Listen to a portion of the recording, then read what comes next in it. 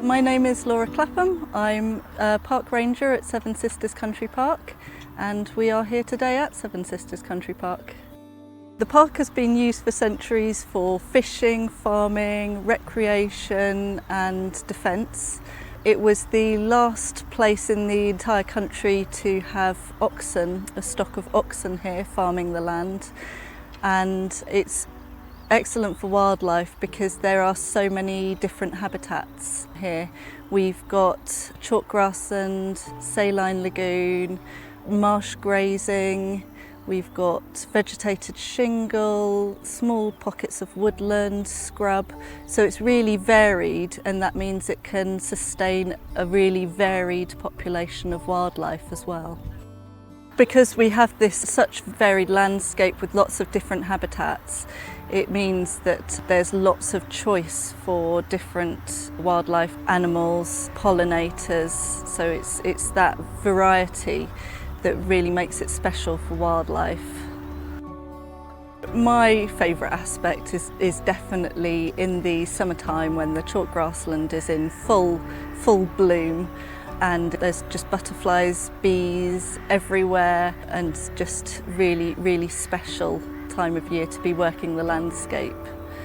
A memorable wildlife experience I've had was definitely watching a pair of ravens over the cliffs on a beautiful sunny spring day, doing a pair bonding dance, so really sort of synchronised dance in the sky. It's just incredible to see. I think it would be great if people knew just how much wildlife there is at Seven Sisters. I think a lot of people, when they come here, they want to see the cliffs, but there's so much, if you spread out into the park, there's so much more to see and so much variety of wildlife to see if you really start to explore the landscape.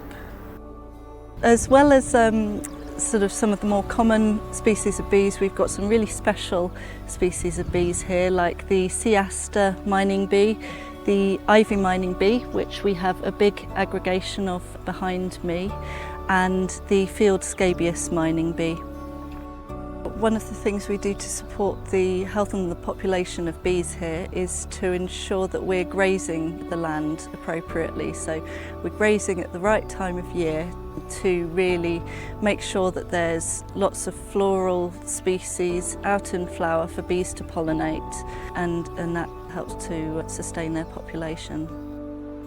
So bees, like many pollinators, play a really important role in the park's ecosystem. One of the habitats we have here is chalk grassland, which is really vital to have a robust population of pollinators, including bees, to make sure that those flowers get pollinated and can continue to come back year on year.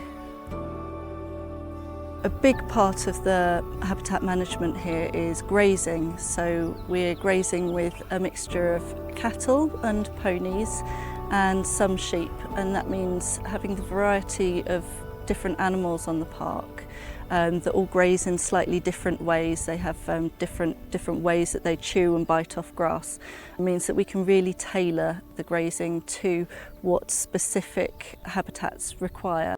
Aside from that, we're doing a number of other projects, like we've roped off an area of vegetated shingle to try and stop it from being eroded from footfall, and also to provide a habitat for the ringed plover to nest there hopefully in the future. We've been doing a number of programmes across the park to improve the habitat, so we're making plans for some wildflower scrapes, so scraping some areas of grasslands that are currently not of high floristic value, and scraping those and then reseeding them with wildflower mix that's collected from our own chalk grassland. In the park we have a huge number of different bird species, including redshanks, oystercatchers, shelducks, geese, swans. We've currently got some cygnets swimming around that have been born this year. We have little egrets, we have swallows, goldfinch, crows, jackdaws, ravens. So at this time of year, some really special rare and endangered bird species, definitely the skylark, which we have in good numbers here, and swifts and house martins, also really important seasonal visitors here that are sadly quite endangered. We're a migration corridor here, so we get a lot of birds landing here during migration season that then go on to either sort of migrate to other countries or migrate further into the UK. So definitely spring and autumn are really key times for bird watching here, where you could see any number of different birds just passing through on their way, feeding up. So we've got a really wide range of different butterfly species that are native to the park. So there's marbled white, the Adonis blue, there's silver-studded skippers, we've got small tortoiseshell, wool butterflies, meadow browns. We've got, obviously, our chalk grassland is really valuable for butterflies and all sorts of different pollinators, but we've got things like dropwort here and various different orchids that really attract all sorts of butterflies. But the one plant that we have here specifically that's really valuable for butterflies is the horseshoe vetch, which is the sole food plant of the Adonis blue butterfly, which is one of our key species here at Seven Sisters.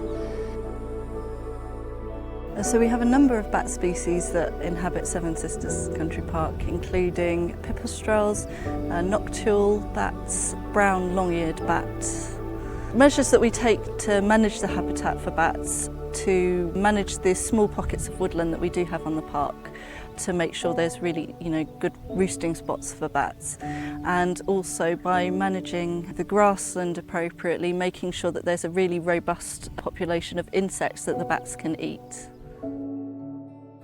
So one of the things we do to help balance human recreation with the conservation work that we do here is to really engage with the public and try and educate people on why the habitats and the wildlife are so important, and try to help people to understand why they're worth preserving and really taking care of. Two really key things that visitors can do to help protect the wildlife while they're here is to keep dogs on leads and under close control, particularly at nesting season and also during the migratory period in spring and autumn. And that means that birds can partake in their normal nesting and feeding behaviours without being disturbed and scared away, potentially abandoning a nest. The other thing would be to make sure that you leave no trace, take anything home with them that they've bought, so no rubbish left behind, and really help us look after the park that way.